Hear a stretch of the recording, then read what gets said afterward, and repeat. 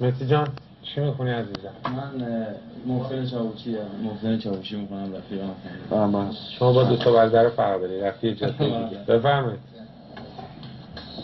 رفیق من سنگ صبور غمهام، به دیدنم بیا که خیلی تنهام، هیچکی نمیفهمه چه حالی دارم، چه دنیای رو به زوالی دارم. تنهای بی سنگ صبور، خونه سرد و سوت و کور، توی شبات ستاره نیست، موندی و راه چاره نیست.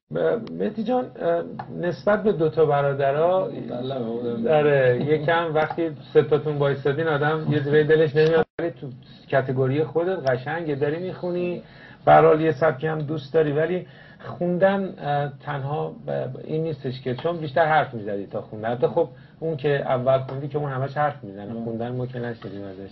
ولی در مورد دوم آقای هوشمند عقیلی که خب هوشمند عقیلی عزیز که سردر همه است و بچهای گلی هم. اون قسمت اون آهنگ اولی که میخوندی رفتی یه ذره بالا، شما مثل 2 برادر مثلا میری بالا جون میگیری، بعد اون قضیه آتاتونه رو داشتی در می آوردی همچین انگار نه چجوری بود اینقدر شاید گوش دادی آهنگ رو.